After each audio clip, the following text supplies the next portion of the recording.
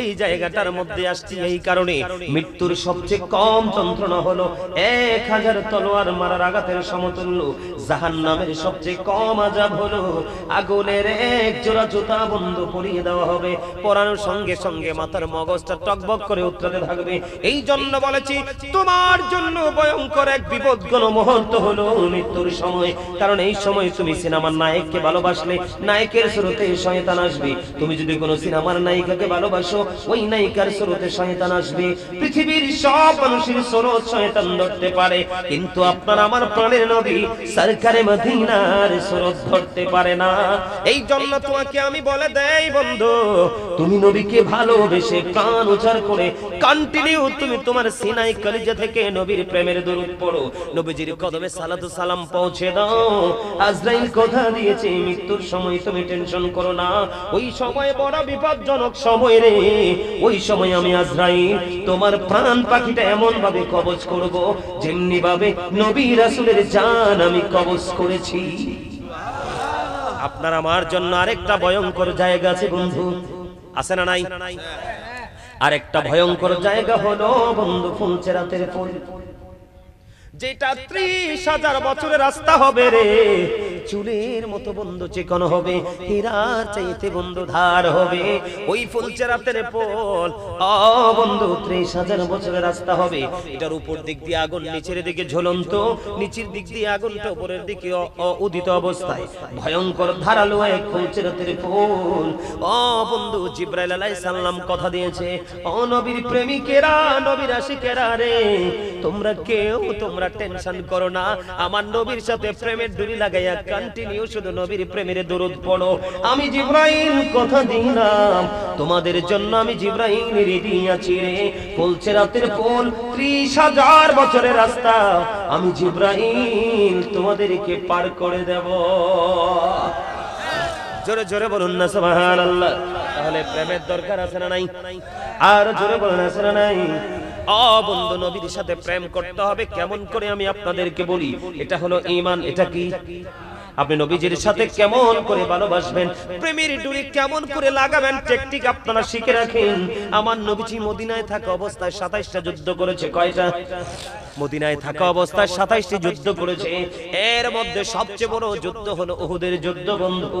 উহুদের ময়দানে যখন প্রাণের নবীজির দান্দান মোবারক যখন শহীদ হয়ে গেল, দান্দান মোবারক শহীদ হয়ে যাওয়ার পরে বন্ধু নবীজির মুখ মোবারক দিয়ে রক্ত মোবারক প্রবাহিত হচ্ছে। মালিক বিন সিনান দেখে বন্ধু সহ্য করতে পারলো না, দৌড়ে চলে গেল প্রাণের নবীজির কাছে। গিয়ে নবীজির রক্ত মোবারক বন্ধু চষতে শুরু করলো। আমার নবীজি একটা ডাক দিয়ে বললেন, রে মালিক বিন সিনান, রে মালিক বিন সিনান, রক্তবক্ষণ করো না, উহুদের জমিনে ফেলে দাও। এবার মালিক বিন সিনান একটা ডাক দিয়ে বললেন, ইয়া রাসূলুল্লাহ, ইয়া হাবিবাল্লাহ, নবী গো, প্রাণের নবী, আমি আমার আল্লাহর ইজ্জতের কসম করে বলছি গো নবী, আপনার একটা ফোঁটা রক্ত আমি উহুদের জমিনে পড়তে দেব না, যতক্ষণ পর্যন্ত ইয়া রাসূলুল্লাহ আপনার রক্ত মোবারক প্রবাহিত হতে থাকবে গো, আমি ততক্ষণ পর্যন্ত আপনার রক্ত মোবারক বক্ষণ করতে থাকবো। যেমনি করে বললেন তেমনি তিনি বন্ধু বক্ষণ করতে শুরু করলেন।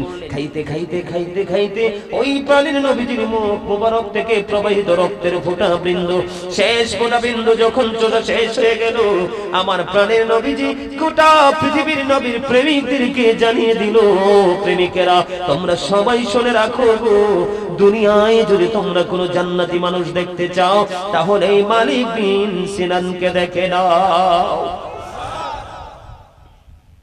কথা কি বুঝতে পারছে? নবীর প্রেমে নবীজির রক্ত মোবারক চষেছে, আমার নবী পৃথিবীতে তাকে জান্নাতি বলে ঘোষণা দিয়েছে। আর রাসূল কন্না সুবহানাল্লাহ, আরেকটু মহব্বতে বলেন না সুবহানাল্লাহ। আমরা সেই মদিনায় যেতে চাই কি না? আপনাদের নদী দেখে আজকে আমার একটা গজল মনে হয়েছে, গাইবো? আপনাদের এই নদী দেখে মনে হয়েছে একটু গাইবো, যেহেতু নবীর প্রেমের গজল ওয়াজ করতেছি, শুনবেন একটু? আপনারা সবাই কিন্তু পারেন এই গজলটা, আমার সাথে সুর দিতে হবে সবাইকে। গাইবেন? দিদি পাল তুলে দে মাঝি হেলা করিস না, দিদি পাল তুলে দে মাঝি হেলা করিস না, ছেড়ে দে নৌকায় আমি যাব মদিনা, ছেড়ে দে নৌকায় আমি যাব মদিনা, দিদি পাল তুলে দে। সবাই দে দে পার তোলে দে মাঝি হেলা করিস না, ছেড়ে দে নৌকায় আমি যাব মদিনা, ছেড়ে দে নৌকায় আমি যাব মদিনা। মক্কায় নবী এলো মা আমিনার ঘরে, হাসিলে হাজার মানিক কাঁদিলে মুক্তা ঝরে। দয়াল মুর্শিদে যার শখা তার কিসের ভাবনা, দয়াল মুর্শিদে যার শখা তার কিসের ভাবনা। আমার হৃদয় মাঝে কাবা নয়নে মদিনা, আমার হৃদয় মাঝে কাবা নয়নে মদিনা। দিদি পার তোলে দে সবাই, দে দে পার তোলে দে মাঝি হেলা করিস না, ছেড়ে দে নৌকায় আমি যাব মদিনা, ছেড়ে দে নৌকায় আমি যাব মদিনা। নূরের রোশনীতে দুনিয়া গেছে ভরে, সে নূরের বাতি জ্বলে মদিনার ঘরে ঘরে। দয়াল মুর্শিদি যার শখা তার কিসের ভাবনা, দয়াল মুর্শিদি যার শখা তার কিসের ভাবনা। আমার হৃদয় মাঝে কাবা নয়নে মদিনা। মারহাবা বলেন, আরো জোরে বলেন মারহাবা। আটো মহব্বতে নবীকে পাইতে হলে, আপনি মুক্তি পাইতে হলে প্রেমটা কত কঠিন হতে হবে এটা জানা দরকার না? কথা বলেন, এটা জানা দরকার কিনা? দরকার না? আপনারা বিরক্ত হন? যদি বিরক্ত না হন, আপনাদের এখানে অনেক মানুষ, কিন্তু আওয়াজ তো আপনাদের অনেক মানুষের তুলনায় একবার ছোট, ছোট না? সব একটু মহব্বত করে আওয়াজ দিতে হবে, হবে না? একটু মহব্বত করে আওয়াজ দিতে হবে। এখানে বন্ধু শুধু ক্ষান্ত নয়, এখানে আমার মা বোনেরাও আলোচনা শুনে শুনে কি শোনে না? আমার মা বোনেরা আছেন এই প্রজেক্টরের সামনে, কথা বলেন না? শুধু পুরুষরাই নবীর সাথে প্রেম করেনি, ও বন্ধু নারীরাও আমার নবীর সাথে প্রেমের ডোরি লাগাইছে। কেমন লাগাইছে আমি আপনাদেরকে বলি বন্ধু। উহুদের ময়দানের দিকে হযরত নুসেবা নবীর প্রেমে দৌড়াইতে শুরু করলেন। নুসেবা যখন দৌড়াইতে শুরু করলো, যখন তিনি দৌড়ায় কিছু দূর যাওয়ার পরে ওনার কাছে খবর আসলো, নুসেবা যুদ্ধের ময়দানে তোমার ভাই শহীদ হয়ে গেছে। নুসেবা একটা সেকেন্ডের জন্য দাঁড়ায় না, ও বন্ধু আবার দৌড়াইতেছে উহুদের ময়দানের দিকে। আবার কিছু দূর যাওয়ার পরে খবর আসলো, রে নুসেবা যুদ্ধের ময়দানে তোমার বাবা তো শহীদ হয়ে গেছে। বন্ধু আল্লাহি আল্লাহর কসম করে বলছি রে, ও বন্ধু তার ভাই এবং বাবা শহীদের খবর পেয়েছে। নুসেবা কত বড় নবীর প্রেমিক ছিল বন্ধু, একটা সেকেন্ডের জন্য বিরতি নেয়নি, একটা সেকেন্ডের জন্য বন্ধু দাঁড়ায়নি। নুসেবা দৌড়াইতে শুরু করলেন, আরো কিছু দূর গেলেন, যাওয়ার পরে খবর আসলো নুসেবার কাছে, রে নুসেবা যুদ্ধের ময়দানে তোমার স্বামীও তো শহীদ হয়ে গেছে। তারপরেও নুসেবা একটা সেকেন্ডের জন্য দাঁড়ায় না, দৌড়ায় দৌড়াইতে দৌড়াইতে দৌড়াইতে দৌড়াইতে বন্ধু যাওয়ার পরে এবার গিয়ে দেখলেন প্রাণের নবীকে। আমার প্রাণের নবী যে একটা ডাক দিয়ে বললেন, হে নুসেবা আজকে তোমার ভাই বাবা স্বামী শহীদ হয়ে গেল। ইয়া রাসূলুল্লাহ, ইয়া হাবিবাল্লাহ, নবী গো, ও প্রাণের নবী, আমার ভাই আমার বাবা আমার স্বামী শহীদ হয়ে গেছে গো নবী, আমার বিন্দু পরিমাণ কোনো দুঃখ নাই গো, আমি আপনি নবীকে পেয়েছি তো সব পেয়ে গেছি। জোরে জোরে বলেন না সুবহানাল্লাহ। বন্ধুরে আমার, আপনি আমি যদি ওই রকম প্রেম করতে পারি তাহলে আপনি আমি হব ধন্য। আমি আপনাদেরকে বলি, এখন কোনো মারামারি করতে হয় না, কাটাকাটি করতে হয় না, যুদ্ধ করতে হয় না, পিস্তল হাতে নিতে হয় না। ও বন্ধু, ইমাম হুসাইন 61 হিজরিতে কারবালার মাধ্যমে আমাদেরকে পরিপূর্ণ মুক্ত করে গেছে। কথা বলেন না কেন? আমাদেরকে পরিপূর্ণভাবে মুক্ত করে গেছে বন্ধু। আমি আপনাদেরকে কেন বললাম রে, আমার নবীজির দিকে যখন উহুদের ময়দানে বন্ধু বেঈমান কাফেরেরা যখন তীরে বৃষ্টির মতো যখন তীর নিক্ষেপ করতে লাগলেন, কি করতে লাগলেন? বৃষ্টির মতো যখন তীর নিক্ষেপ করতে লাগলো, তখন বন্ধু হযরতে তালহা রাদিয়াল্লাহু তাআলা আনহু আপনার আমার প্রাণের নবীকে এমন ভাবে জড়িয়ে ধরলো, ও বন্ধু একটা নয়, দুইটা নয়, তিনটা নয়, 70টা তীর এসে তালহার বডির মধ্যে ঢুকে গেল। কিন্তু তালহা রাদিয়াল্লাহু তাআলা আনহু একটা বারের জন্য উহু করে নাই, হাসতে হাসতে নবীর সামনে শাহাদাত বরণ করেছে। এমন ভাবে ভালোবেসেছে প্রাণের নবীকে, জোরে জোরে বলুন না সুবহানাল্লাহ। মুখে শুধু নবীকে ভালোবাসি এটা বললে হবে না, নবীকে হৃদয় দিয়ে ভালোবাসতে হবে, কর্মের মাধ্যমে নবীকে ভালোবাসার প্রকাশ করতে হবে। ঠিক কিনা বলেন? কিসের মাধ্যমে? কর্মের মাধ্যমে। প্রেমের খবর আমাদেরকে বন্ধু বোঝাতে হবে। যেমন আমি আপনাদেরকে বলি, আপনারা আজকে এখানে টাকা খরচ করেছেন কিনা? আপনাদের উপস্থিতি যেমনই হোক, আপনাদের স্টেজ কিন্তু অত্যন্ত বিউটিফুল। ওই দূর থেকে আমি দেখেই বন্ধু আমি মুগ্ধ হয়েছি, আমার কাছে অসম্ভব সুন্দর লাগছে বন্ধু। বলে হুজুর কেন এই জায়গার মধ্যে আসলেন? নবীর প্রেমের কিন্তু ক্লাস আছে। কি আছে? নবীর প্রেমের ক্লাস আছে। যখন যে ক্লাসে যেতে হয় ওই ক্লাসের মাধ্যমে নবীর প্রেমকে জীবিত করতে হয়। যেমন আজকের এই মাহফিল, আমি আপনাদেরকে বলি বন্ধু, তাবুক যুদ্ধের পূর্বে ওই যে আমি গজলের মধ্যে বলেছিলাম, আমার নবীজি দুইজন সাথীকে নিয়ে ওই সোনার মদিনায় নবীজি শুয়ে আছে। একজন হলো আবু বকর, আরেকজন হলো হযরত ওমর।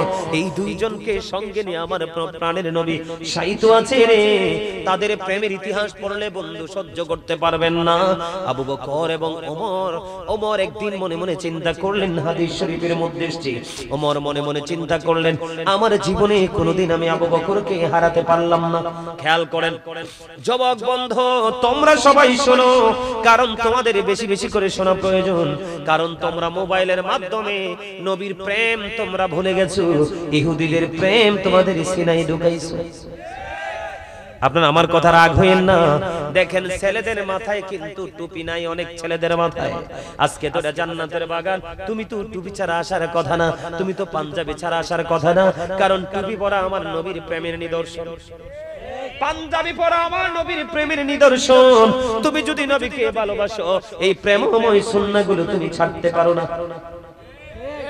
কথা বলো, একটা এক্সাম্পল দিলাম বন্ধু, তোমরা শোনো, শিখে নাও কেন নবীজির সঙ্গে শোয়ার যোগ্যতা তারা অর্জন করলো। হযরত ওমর মনে মনে চিন্তা করলেন, আমার জীবনে কোনোদিন আমি আবু বকরকে হারাতে পারিনি, আমার জীবনে কোনোদিন আমি আবু বকরকে হারাতে পারিনি। আমি আজকে কোনো না কোনো ভাবে আমি আবু বকরকে হারাবো। নবীর প্রেমের কম্পিটিশন তাদের মধ্যে কেমন করে চলছে দেখেন। এবার কি করলেন? তাবুক যুদ্ধের পূর্বে আমার নবীজি বললেন, তোমরা দান করো। কি করো? নবীজির কাছে সম্পদ তোমরা দান করো, জমা করো। এবার আমার নবীজি যখন বললেন, হযরত ওমর মনে মনে খুশি হয়ে গেলেন। ওমর মনে মনে খুশি হয়ে গেল। ওমর মনে মনে ভাবে, আমার কাছে কিন্তু ভালো মাল আছে, দৌলত আছে। আমি আজকে আমার নবীজি বলেছে আমি আমার দানের মাধ্যমে আবু বকরকে হারাবো। কারণ আমার জীবনে কোনোদিন আবু বকরকে আমি প্রেমের যুদ্ধে হারাইতে পারি নাই। জীবনের প্রত্যেকটা ধাপ, প্রত্যেকটা স্টেপে আবু বকর আমার চাইতে অনেক অগ্রগামী। ওমরের মনে মনে চিন্তা, আপনারা কিন্তু নেগেটিভ নিয়েন না। ওমরের জীবনে এত বেশি আমল বন্ধ ছিল। ওমরও কিন্তু ছিল জাজরাইল সাহাবী। যখন হযরত ওমর ইসলাম গ্রহণ করলো, আমার নবীজির জন্য দ্বীনের দাওয়াত আরো বেশি বন্ধু সহজ হয়ে গেল। হযরত ওমর তলোয়ার হাতে নিয়েছিল আমার নবীকে শহীদ করার জন্য। যখন আমার নবীজির নুরানি চেহারা মোবারক দেখলো রে, হযরত ওমরের তলোয়ার আমার নবীর পদতলে ঢুকলো। হযরত ওমরের জীবনে এত বেশি আমল, আকাশের তারার চাইতে গণলে বেশি হবে। হযরত ওমরের সিনায় আমার নবীজির প্রেম কম ছিল না। বন্ধু একদিন আমার নবীজি বিচার করলেন, বন্ধু একদিন আমার নবীজি বিচার করলেন। খেয়াল করেন, একজন হলো ইহুদি, আরেকজন হলো নামদারি মুনাফিক মার্কা মুসলমান। খেয়াল করেন, বিচার যখন হলো, ওই বিচারের রায়টা বন্ধু ইহুদির পক্ষে গেল। ইহুদির পক্ষে যখন গেল, এবার বন্ধু ওই মুনাফিক মার্কা মুসলমান মানতে পারে না, না না না, নবী মুহাম্মদের বিচারে এটা মানি না, আমি মুসলমান, রায় আমার দিকে কেন আসলো না? এবার কি করলেন? ওই মুনাফিক মার্কা মুসলমান চলে গেলেন, কয় আরেকটা বিচারক আছে, অত্যন্ত জাজরাইল বিচারক, ওনার কাছে যাব। গেলেন ওমরের কাছে, ওমরের কাছে গিয়ে নালিশ করলেন। ওই মুনাফিক মার্কা মুসলমান নালিশ করতে দেরি, ওই বেঈমান একটা ডাক দিয়ে বললেন, ওমর, ওমর রে, তোমাদের নবী বিচার করার পরেও কি কারো বিচার করার সুযোগ থাকে? ওমর একটা ডাক দিয়ে বললেন, আমার নবীজি কি বিচার করেছে? কয় হ্যাঁ রে ওমর, আমার তোমাদের নবীজি বিচার করেছে। এবার হযরত ওমর বললেন, তোমরা দাঁড়াও। কি করো? ওয়েট করো, এখানে অপেক্ষা করো, আমি আসছি। তখন ওমর কি করলেন, ওনার ঘরের ভিতরে গিয়ে বন্ধু উন্মুক্ত তরবারি নিয়ে আসলেন। তরবারি যখন নিয়ে আসলেন, এসে বন্ধু বেঈমান কি কিছু করলো না, ওই যে মুনাফিক মার্কা মুসলমান আমার নবীর কণ্ঠস্বরের উপর কণ্ঠস্বরকে উঁচু করেছে, আমার নবীর সিদ্ধান্তকে সে অমান্য করেছে। সঙ্গে সঙ্গে ওমর কি করলেন, তার তরবারি হাতে নিয়ে ওই মুনাফিক মার্কা মুসলমানের ওই গর্দানটা নেমে নিচে ফেলে দিলেন, কেটে তিনি নিচে ফেলে দিলেন, তার মানে তাকে হত্যা করলেন। জোরে জোরে করুন আলহামদুলিল্লাহ। এবার ওই বেঈমান একটা ডাক দিয়ে বলে, ওমর, ওমর রে, এই যদি হয় তোমাদের ধর্মের সৌন্দর্য, এই যদি হয় তোমাদের ধর্মের নিয়ম নীতি, এই যদি হয় তোমাদের বিচারের ফয়সালা, এই যদি হয় তোমাদের ইসলাম, তাহলে আমার ধর্মের চাইতে তোমারটা অত্যন্ত চমৎকার সুন্দর। ওমর রে, আমাকে নিয়ে চলো তোমাদের রাসূলের কাছে, আমি এখনই তোমাদের ইসলাম ধর্ম গ্রহণ করব। এখানে আপনাদেরকে বুঝাইতে চাইলাম, তাহলে ওমরের নবীর প্রতি প্রেম কম না বেশি? আরো জোরে বলেন, কম না বেশি? বন্ধু শুধু তাই নয়, ওমরের বাবা আমার রাসূলকে পাগল বলেছিলেন, নাউজুবিল্লাহ। কি বলেছিলেন? ওমরের বাবা আমার নবীকে পাগল বলেছিলেন। পাগল বলতে দেরি রে, ও বন্ধু হযরত ওমর একটা ডাক দিয়ে বললেন, বাবা, বাবা গো, যেই নবী না আসলে তুমি আসতা না, যেই নবী না হইলে আমি হইতাম না, ওই নবী আল্লাহর প্রিয় হাবিবকে তুমি পাগল বলেছো, এই দুনিয়াতে বেঁচে থাকার কোনো হুকুম তোমার নাই। সঙ্গে সঙ্গে বাবার কল্লাটাও নামিয়ে দিয়েছে। জোরে জোরে কন্না আলহামদুলিল্লাহ। এখন আমার নবীকে কত রকমের ছোট করে কথা বলে, কেউ বলে নবী আমাদের মতো, নাউজুবিল্লাহ। কেউ বলে নবীজির নাম মোবারক বলার আগে বলে জনাব, আছে না নাই? জনাব বলে কি বলে না? আবার কেউ বলে বিশ্ব নবী। নবী কি শুধু পৃথিবীর নবী? আল্লাহর সৃষ্টি জগতের প্রত্যেকটা সেক্টরের নবী। তাহলে বিশ্ব শব্দ আসলে নবীর সাথে নবীর শানে আঘাত করা। জনাব একজন সাধারণ মানুষের ক্ষেত্রে ব্যবহার হয়, নবীর ক্ষেত্রে করলে বন্ধু নবীর ইজ্জতে আঘাত লাগে। কথার দ্বারা, চিন্তার দ্বারা, সমর্থন দ্বারা, কোন ভাব ভঙ্গি দ্বারা আমার নবীর ইজ্জতে আঘাত করা কুফরি, সে আর ইমানদার থাকে না। এই জন্য হযরত ওমর সঙ্গে সঙ্গে তার বাবার দেহ থেকে কল্লাটা নামিয়ে দিলেন। সেই ওমর কি চাচা সমস্যা? তাইলে কথা কোন যাইতো না, শুধু আমার দিকে চাইয়া থাউন যাইবো, আর কোনো কিছু করা যেত না। কথা বলেন। এই মুরব্বী মানুষ দেখলে আমি যে খুশি হই, আমাদের আস্তে আস্তে করে আমরা মুরব্বী শূন্য হয়ে যাচ্ছি। যে এলাকায় মুরব্বী নাই, সে এলাকায় রহমত বরকত কিচ্ছু নেই। ওমা ভুল কইছি রে। আরে এখনকার ফুলাফানি হুদা ফুন্দা, সারাক্ষণ মোবাইলে থাকে, সারাক্ষণ মোবাইলে থাকে, চুল কাটার স্টাইল ইহুদিদের স্টাইল। আর যে অসভ্য ফ্যান ফিন্দো, বুখারী শরীফে আসছে হাদিস, এই যে একটা ফিনছে, এই যে জিনসেন ফিন্দাইছে, হেতের যদি আমি দাঁড় করাই না, হেতের ফ্যান দেখবো নাবিন নিচে, নাবিন নিচে ফ্যান পড়া, এটা মুসলমান হিসাবে আমাদের জন্য না জায়েজ। এই ওয়াজটা একটু করমু পরে, এই ওয়াজটা একটু করার দরকার আছে না নাই? আচ্ছা হেইয়া কমু আনে, একটু আনি ধৈর্য ধরো, আমার কথা বুঝেননি? যেই ওমর আমার নবীর বিন্দু পরিমাণ অপমান সহ্য করতে পারে না, সেই ওমরের মনের মধ্যে বড় দুঃখ। আহারে, আমি তো কোনোদিন আবু বকরকে হারাইতে পারলাম না, আর আমরা এমন অসভ্য সুন্নি জনতা। কি কথা কন না কেন? সভ্য না অসভ্য? কোন অসভ্য কিনা?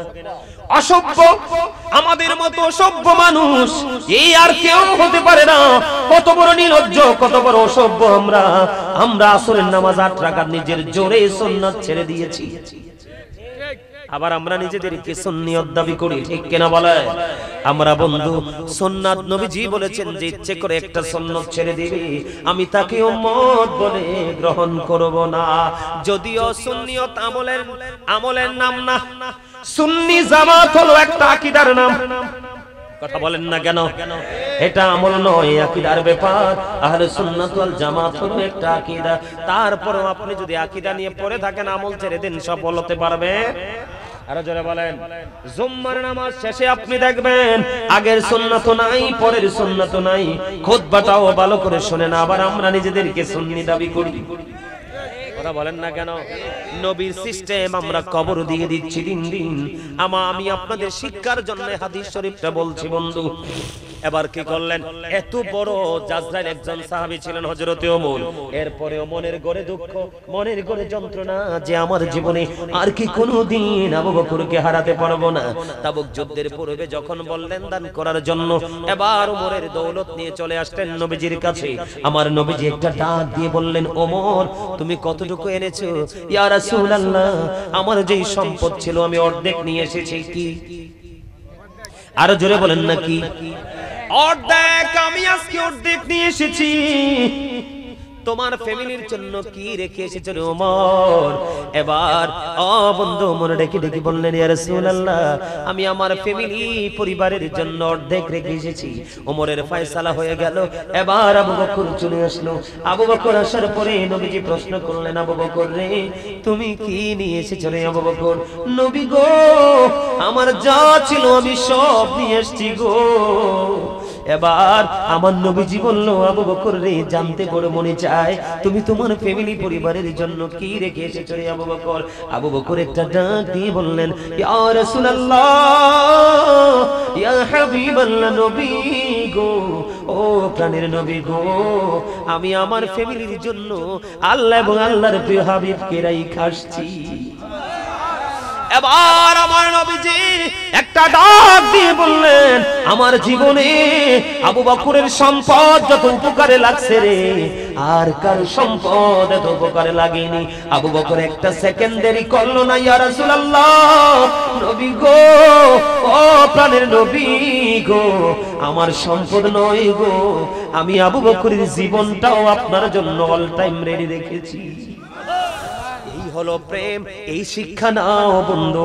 যেমন আমি আজকে ওনাকে খুশি করার জন্য বলছি না, লোকমান ভাই কিন্তু অসুস্থ, ওই দুপুর থেকে বন্ধু আমার জন্য ওই আপনাদের ওই পারে বসে আছে, আমি সেই দুপুর থেকে উনি ওই পারে বসে আছে, কিন্তু আমি এখানে আপনাদের এই বলাকোট বাজারে আসছি 9:30টায়, কিন্তু দুপুর থেকে তিনি ওখানে। মাহফিল কিন্তু ওনার না, মাহফিল কে লোকমান ভাই, মাহফিল হচ্ছে মাইনুদ্দিন ভাই তার সঙ্গে যারা এখানে যারা বন্ধু হয়ে যে তালুকদার বাড়ির মানুষ, মাহফিল ঠিক কিনা বলেন? কিন্তু লোকমান ভাই ওখানে গিয়ে বসে আছে। এটাকে আমি প্রেম বলতে পারি কি পারি না? কথা বলেন, পারি কি পারি না?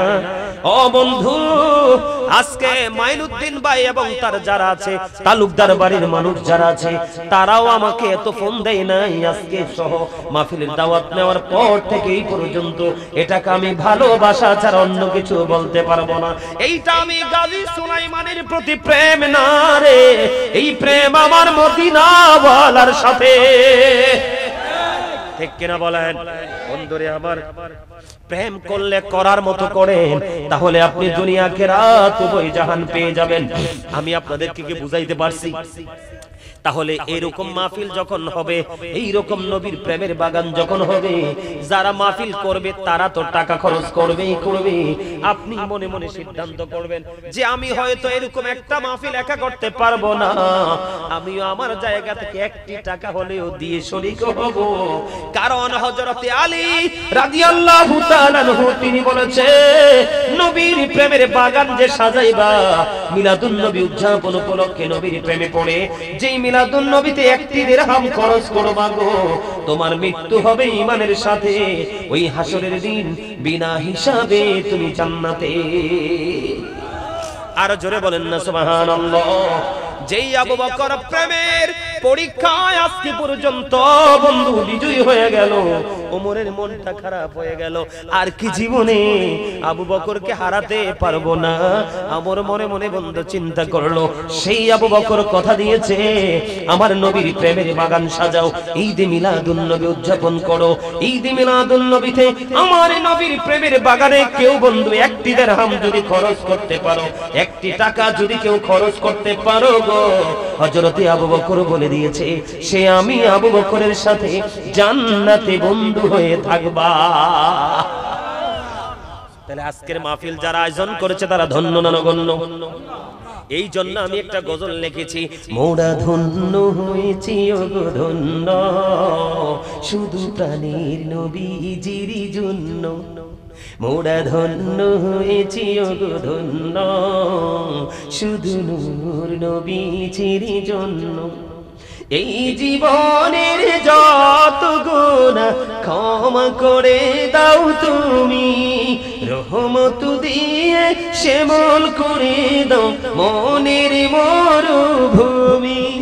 ফুলে ফুলে ভরে দিয়ে বলেন, ফুলে ফুলে ভরে দিয়ে আমায় করো পরিপূর্ণ, মোরা ধন্য হয়েছি ওগো ধন্য, শুধু প্রাণীর নবীজির জন্য।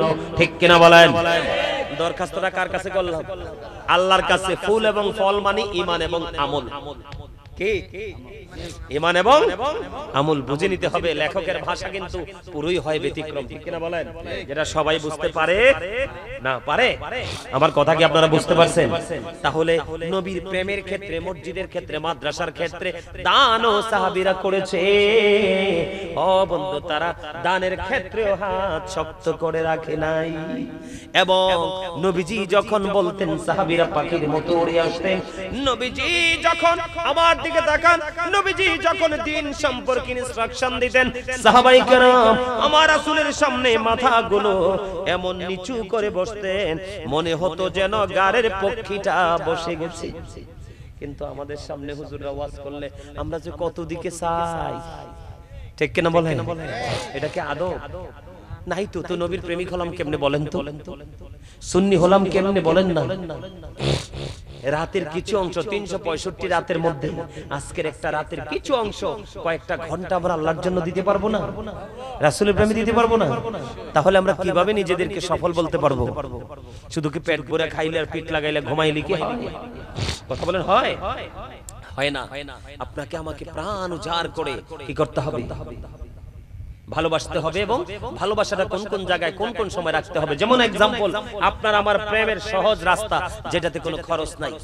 কিভাবে আমি প্রেম করব বলে দিব? কথা বলে না? বলবো কিনা? 5 ওয়াক্ত নামাজের মধ্যে 12 রাকাত সুন্নাত আছে। কয় রাকাত? কয় রাকাত? 12 রাকাত সুন্নাত আছে। কয় রাকাত? ফজরে 2 রাকাত সুন্নাত। কি কথা বলে না কেন? যোহরে 4 রাকাত, ফরজের আগে 4 রাকাত, পরে 2 রাকাত। কত রাকাত হলো? 8 রাকাত হইছে। 8 রাকাত হইছে। মাগরিবে 2 রাকাত, এরপরে এশারের জামাতের পরে, ফরজের পরে 2 রাকাত। কয় রাকাত?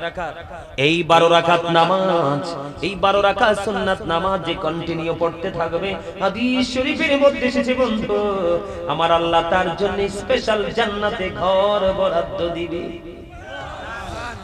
তাইলে নবীর প্রেম আছে নাকি না? ফরজ এবং ওয়াজিব আল্লাহর দিকে যায়, সুন্নাত নফলগুলো নবীর দিকে যায়। কথা বলে না কেন? আরো জোরে। এবার আসেন, মধ্যবর্তী রাতের নামাজ আছে না নাই? এই নামাজের নাম কি? তাহাজ্জুদের নামাজ। কাল হাসরের ময়দানে রাতের মধ্যবর্তী নামাজ কে কে পড়েছো? ও বন্ধু, ঢাকা যে রাসূল বলেছেন অল্প কিছু মানুষ সেদিন দাঁড়াবে। অল্প কিছু মানুষ যখন দাঁড়াবে, অল্প কিছু মানুষ দাঁড়ানোর পরে তাদেরকে বিনা হিসাবে জান্নাতে যাওয়ার অর্ডার দেওয়া হবে, আর বাকি তাদেরকে হিসাবের জন্য রেডি করতে হবে।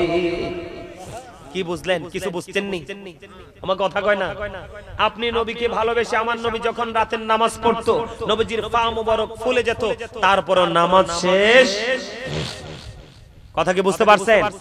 তাহলে তাহাজ্জুদ ছাড়বেন নি? যে ব্যক্তি তাহাজ্জুদ নামাজ পড়বে সে বিনা হিসাবে জান্নাতে যাবে। হাদিস শরীফ থেকে প্রমাণিত। এতে নবীর প্রেম আছে না নাই? আরো জোরে বলেন, না আছে না নাই? আরো জোরে বলেন, আছে না নাই? ও বন্ধু, আপনার আমার একটা নামাজ আছে, ইশরাকের নামাজ।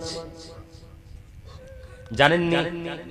ফজরের নামাজ পড়ার পরে যায় নামাজে বসে থাকবেন, তাসবিহ তাহলিল পড়বেন। এটা আমার নবীর শেখানো টেকনিক।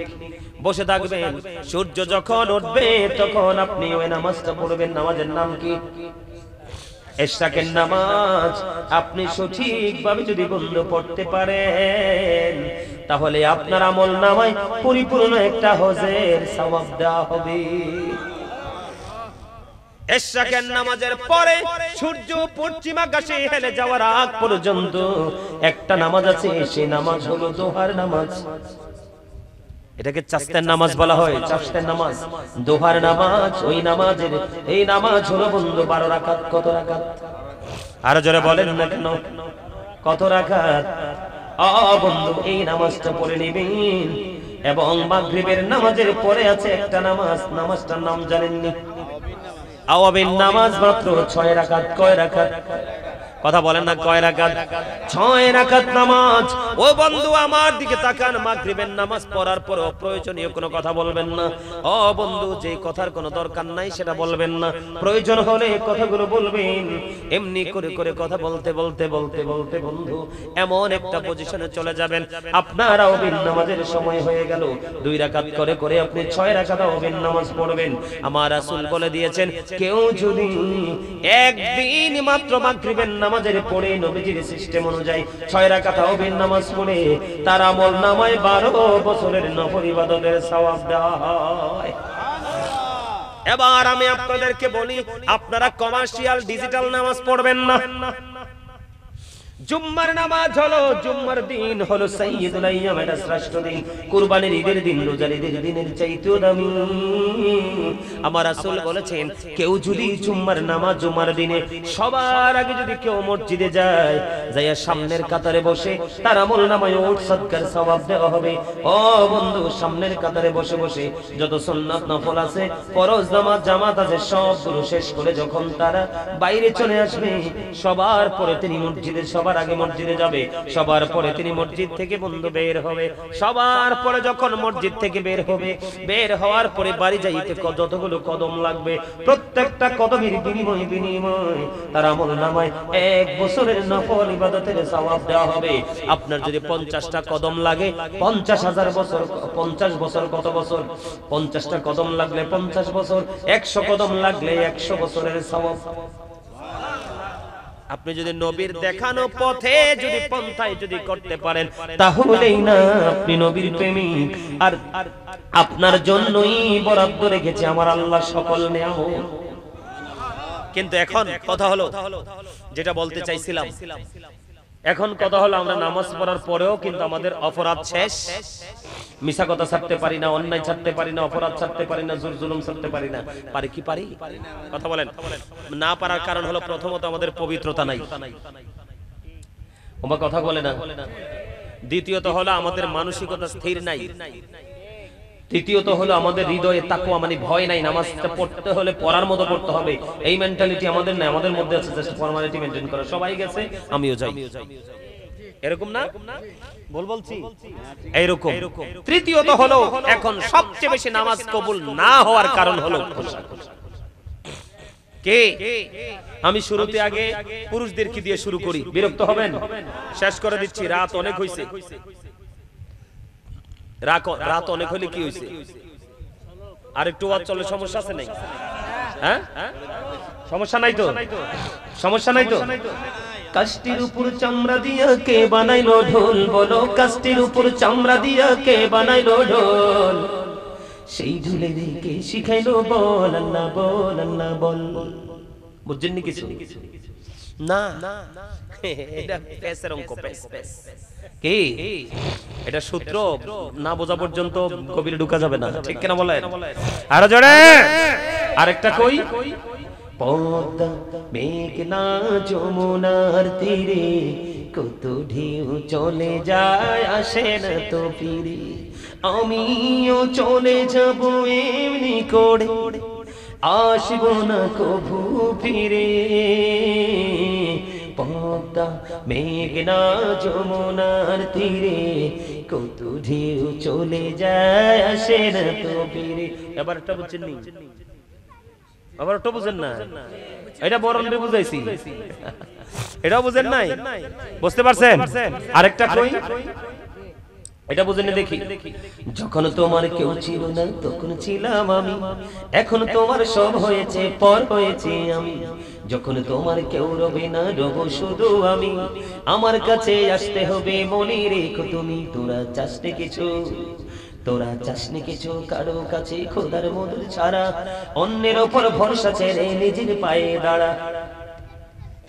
এটা বুঝছেন না কিছু বুঝেন নাই আপনি মরার পরে কিন্তু কেউ আপনার বাজার করে পাঠাইতো না মানে আপনার বাজারটাই আপনাকে করে যেতে হবে এটাই হলো নিজের পায়ে দাঁড়ানোর কথা ঠিক কিনা বলেন আরেকটা কইতাম নি পরীক্ষা করিতে শুধু বান্দার ঈমান শয়তান পাঠিয়েছে মালিক সুবহান দেখি বান্দা শয়তানের ধোকায় পড়িয়া ঠিক থাকে কি যায় আমাকে ভুলিয়া আপন কারাম বেঁচে পড়মিয়েছেন খোদা আর বান্দা শয়তান থেকে থাকো জুদা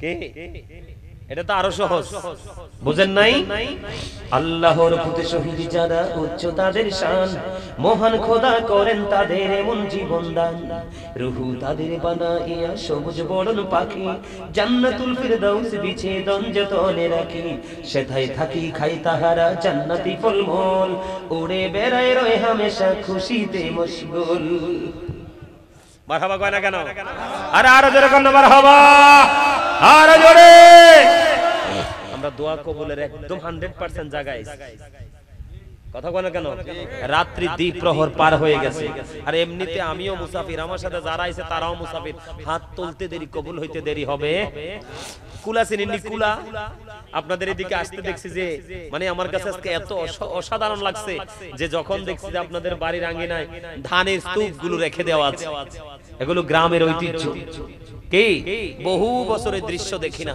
প্রায় 10-12 বছর কেন বললাম ধান যখন ঝাড়া দেয় কুলাগুলো সিডাগুলো কিন্তু সকালেই চলে যায় চাচা ঠিক কইছি না মহিলারা যখন কুলাটা বাড়ি দেয় কি হয় সিডাগুলো সবার আগে চলে যায় এরপরে যখন বাড়ি দেয় হালকা সিডা যেগুলো এগুলো যায় এরপরে যখন বাড়ি দেয় আরেকটু হালকা যেগুলো চলে যায় আরেকবার বাড়ি দিলে আর যায় কারণ এটার মধ্যে একেবারে নিখুঁত চালগুলো আছে কথা কয় না কেন ইমাম সাহেব ওয়াজটা একটু লম্বা করলেই ইমানদার চিনতে পারে কথা কয় না কেন ইমানদার চিনার উপায় হলো ওয়াজটা লম্বা করা কেরাতটা একটু লম্বা করে পড়া মুনাফিকরা গলায় হুট দিব আর ইমানদার মানে খারাপ লাগলো চাইপা ধরে রাখে না কোরআনের আওয়াজ অনেক মধুর ঠিক কিনা বলেন আরো জোরে ধরে কি ধরে না এক্সাম্পল নাও বন্ধু এটা দিয়ে আমি পরে পোশাকে ঢুকবো আমার মনে হয়েছে বন্ধু এদিকে তাকান এদিকে তাকান ইমাম বুখারী যখন তিনি নামাজে দাঁড়ালেন ওনাকে বিষাক্ত পোকা জুব্বার ভিতরে ঢুকে ওনাকে কামড়াতে শুরু করলেন কিন্তু ইমাম বুখারী নামাজ ছেড়ে দেয় না নামাজ শেষ হওয়ার পরে বন্ধু এবার একটা ছাত্রকে ডাক দিলেন দেখে ইনি বললেন বাবা আমার জুব্বাটা উঠাইয়া দেখো আমার জুব্বার ভিতরে কি এবার চাইয়া দেখলেন একটা নয় দুইটা নয় 10টা কামড় দিয়েছে ভেঙ্গুল পোকা ভেঙ্গুল চিনেননি মাটিতে বাসা বনে এত ভয়ঙ্কর কয়েক হাত নিচে গিয়েও মানুষকে সবল দিতে জানে আমার চোখের সামনে আজ থেকে বন্ধু 10 থেকে 15 বছর আগে আমার পাশের গ্রামে ভেঙ্গুল পোকার কামড়ে একজন বৃদ্ধা মহিলা 10 থেকে 15 মিনিট বা আধা ঘন্টার মধ্যেই তিনি নেই ইন্না লিল্লাহি ওয়া ইন্না ইলাইহি রাজিউন এইরকম 10টা বেঙ্গল পোকা ইমাম বুখারীর পিঠে কামড় দিল নামাজরত অবস্থায় ছাত্র জামাটা উঠাইয়া দেখে হুজুর গো আপনি কেমন করে নামাজ চালিয়ে গেছেন গো ওই বিষাক্ত পোকা একটা দুইটা নয় 10টা কামড় দিয়েছে একটা কামড় দিলেই সহ্য করার কথা না এবার ইমাম বুখারী একটা ডাক দিয়ে বললেন বাবা গো বাবা আমি যখন নামাজে দাঁড়িয়ে কোরআন তেলাওয়াত শুরু করলাম কোরআন আমার হৃদয়কে এমন ভাবে ছুঁয়ে নিয়েছে আমি আমার মালিকের প্রেমে এমন মুগ্ধ হয়েছি রে আমার কাছে ওই মধুর চাইতে পোকার বিষ বেশি বড় মনে হয় না আর আপনারা আমার মশা বইলে কামড় দেওয়া লাগে না বইলে টের পাই কত আমরা কত মনোযোগী নামাজ ঠিক না বলেন আরো জোরে কোন না মসজিদে পড়লে আজান সবার আগে যায় নামাজ শেষে বাইরে এসে সুদের টাকা খায় আমরা সেই মার্কা মুসলিম ঠিক না বে ঠিক আরো জোরে নামাজের ভিতরে তোমায় মশাই কামড় দিলে মশা তুমি আগে মারো রুকু সিজদা ফেলে নামাজে হইল না রে তোর নামাজের লইলি না খবর এই কারণে নামাজ পড়াও আমরা হেদায়েত আর এখনকার ফলাফল হুদ্দা ফুঙ্গট কেন ফোন কই জানেননি? এবার আমার দিকে তাকান, আমি বানাইয়া কথা বলার অভ্যাস নাই, যেহেতু রাত অনেক হয়েছে, আপনাদের মধ্যে ক্লান্তি আসতে পারে, এই জন্য একটু ব্যতিক্রম ভাষায় কিছু কথা বললাম ওয়াজের বাইরে। আরেকজন আইছে কইতে কই বুঝু টাইম শেষ।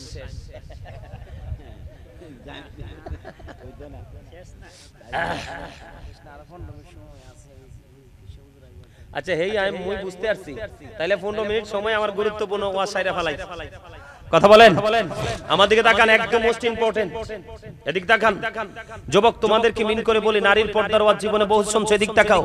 আল্লাহর কাছে 3 শ্রেণীর পোশাক খুবই পছন্দের। কয় শ্রেণীর? একটা তোমাদেরকে আমাদেরকে আদম সন্তানকে আল্লাহ 3 শ্রেণীর পোশাক দিয়েছে। কয় শ্রেণীর? একটা হলো লজ্জাস্থান ঢাকার, যেটা নরমাল প্রতিদিন পরি। আরেকটা হলো সাজের, যেমন আপনাদের সবার চাইতে আমার একটু সুন্দর লাগে না আজকে, কারণ এটা কিন্তু আমি প্রতিদিন পরি না, আজকে পড়ছি। কেন? কারণ আমি জান্নাতের বাগানে আসছি, জান্নাতের মেহমান হয়ে তো আসতে হবে। এটা হলো সৌন্দর্যের পোশাক, কিন্তু আমার এই পোশাকটাতে সৌন্দর্য আছে, তাকওয়াও আছে। 3 শ্রেণীর পোশাকের মধ্যে আল্লাহর কাছে সবচেয়ে পছন্দের পোশাক হলো তাকওয়ার পোশাক। লিবাসুত তাকওয়া যালিকা খায়র, আল্লাহর কাছে সবচেয়ে উত্তম পোশাক হলো তাকওয়ার পোশাক। এই তাকাও, সবচেয়ে উত্তম পোশাক তাকওয়ার পোশাক। আমার দিকে তাকাও। পুরুষের পর্দা উপর দিয়ে নাভি বরাবর থাকবে, কি বরাবর? নাভি বরাবর, আর নিচের দিয়ে থাকবে টাকনুর উপরে। এই কন্ডিশনে লুঙ্গি, প্যান্ট, পায়জামা, ট্রাউজার যেটাই পরো, এই কন্ডিশনে পোশাকটা পরা ফরজ। এর বাইরে পরা পোশাক পরলে এটা নাজায়েজ হয়ে যাবে। বুখারীতে আসছে, তুমি ইচ্ছে করে টাকনুর নিচে ঝুলাইয়া পোশাক পরবা, তোমার ঠিকানা হবে জাহান্নাম। আর সায়েন্টিফিকদের গবেষণায় আসছে, যেই পুরুষদের পোশাক থাকার কথা টাকনুর উপরে, যদি কোনো পুরুষের পোশাকটা টাকনুর নিচে চলে যায়, তাহলে তার যৌন শক্তি দিন দিন কমতে থাকবে, যৌবনে এফেক্ট আসবে। এটা সায়েন্টিফিকদের বক্তব্য। নাউজুবিল্লাহ বলেন না কেন? আর নারীদের পোশাক থাকার কথা একেবারে মাথা থেকে পা পর্যন্ত ঢাকা, এটা তাদের জন্য ফরজ। যদি কোন নারী টাকনুর উপর নিচে না পড়ে, উপরে পড়ে, তাহলে তার যৌবন শুকাইতে থাকবে। নাউজুবিল্লাহ বলেন। এখানে সবচেয়ে বড় ভয়ঙ্কর খবর হলো, আমার নবীজি মসজিদে অবস্থান করছে, হঠাৎ করে এদিক তাকান, হঠাৎ করে একজন এসে নামাজের নিয়ত বাঁধলো। এদিক তাকান, হাদিস শরীফের মধ্যে আসছে, নবীজি বললেন তুমি ওযু করে আসো। তিনি ওযু করতে গেলেন, ওযু করে এসে তিনি আবার নামাজের নিয়ত বাঁধলেন। নবীজি বললেন তুমি ওযু করে আসো। তিনি আবার ওযু করতে গেলেন, ওযু করে এসে তিনি আবার নামাজের নিয়ত বাঁধলেন। নবীজি বললেন তুমি ওযু করে আসো। 3বার আরেকজন প্রশ্ন করলো, ইয়া রাসূলুল্লাহ, আপনি বারবার বলতেছেন ওযু করার জন্য, কেন গো নবী? আমার নবীজি বললেন, সে কিয়ামত পর্যন্ত নামাজ পড়তে পারবে, এই নামাজ দিয়ে আল্লাহ পর্যন্ত পৌঁছাতে পারবে না। তার কারণ হলো তার পোশাকটা টাকনুর নিচে। কারণ এটা ইমানদার পুরুষের জন্য জায়েজ নয়, জায়েজ নয়। কোরআন এবং হাদিস থেকে প্রমাণিত। হাদিস শরীফের মধ্যে এসেছে, রাসূল বলেছে 3 শ্রেণীর মানুষের সাথে আল্লাহ কোনো কথা বলবে না, দয়া করবে না, ক্ষমা করবে না। এর মধ্যে প্রথম হলো যারা অহংকার করে করে টাকনুর নিচে ঝুলিয়ে ঝুলিয়ে পোশাক পরে। 2 নাম্বার হলো যারা মানুষের উপকার করে সুযোগ বুঝে খোটা দেয়। 3 নাম্বার হলো যারা ব্যবসা করতে গিয়ে মিথ্যা কথা বলে কাস্টমার ঠকিয়ে টাকা উপার্জন করে। তাহলে এই টাকনুর নিচে ঝুলিয়ে পোশাক পরা যাবে? তবে হ্যাঁ, এখানে অপশন আছে। অনেকে কিন্তু টাকনুর উপরে রাখতে চায়, মাঝে মাঝে ঝুলে যায়, আবার সেটা উঠিয়ে ফেলে। আবু বকর প্রশ্ন করলেন, ইয়া রাসূলুল্লাহ, ইয়া হাবিবাল্লাহ, নবী গো, আমি তো পোশাক সম্পর্কে ভয়ঙ্কর তথ্য শুনতে পেলাম। ইয়া রাসূলুল্লাহ, সব সময় আমি আমার পোশাকটাকে টাকনুর উপরে রাখি, কিন্তু নবী গো, মনের অজান্তে চলে যায় টাকনুর নিচে। যখনই চলে যায় আমি এটাকে আবার টাকনুর উপরে উঠিয়ে ফেলি। নবী গো, আমি কি সাজার অন্তর্ভুক্ত হব? নবী বললেন, না না না, তুমি সাজার অন্তর্ভুক্ত হবে না। এই যে চলে গেল, এই যে তুমি উঠিয়ে ফেললা, এটার নামই হলো তাকওয়া। কি বুঝতে পেরেছেন? আরো জোরে।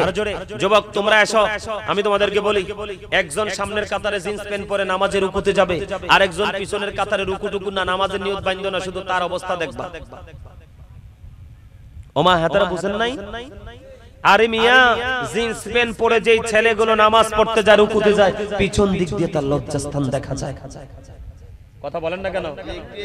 বল কইছিনি, লজ্জাস্থান দেখা যায়। যার লজ্জা নাই তার ঈমান নাই, যার লজ্জা নাই তার কি ঈমান নাই, যার লজ্জা নাই তার কি নাই।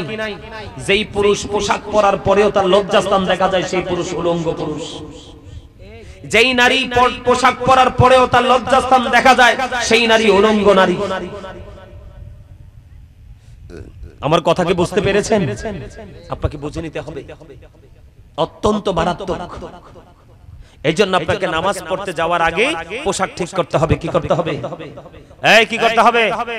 উত্তম রূপে গোসল করতে হবে, লম্বা পাঞ্জাবি পরে নামাজে যেতে হবে, গায়ে সুগন্ধি লাগাইতে হবে, হাইটা গেলে যেন বুঝতে পারে যে কোন নামাজি দিক দিয়ে হেঁটে গেছে। তুমি মিয়া চা দোকানে যেমনে থাকো, বাজারে যেমনে থাকো, নদীতে যেমনে থাকো, নামাজও তেমনি পড়তে যাও, তাহলে তোমাকে কে বলবে জান্নাতের মেহমান? এমানুদ্দিন ভাই দাঁড়ান, দেখেন তো এর কি সুন্দর দেখা যায় না? আমার কথা কয় না? আরে ভাই কথা বলো না কেন তোমরা? সুন্দর লাগে কিনা? নবীর সুন্নাতে ভরা।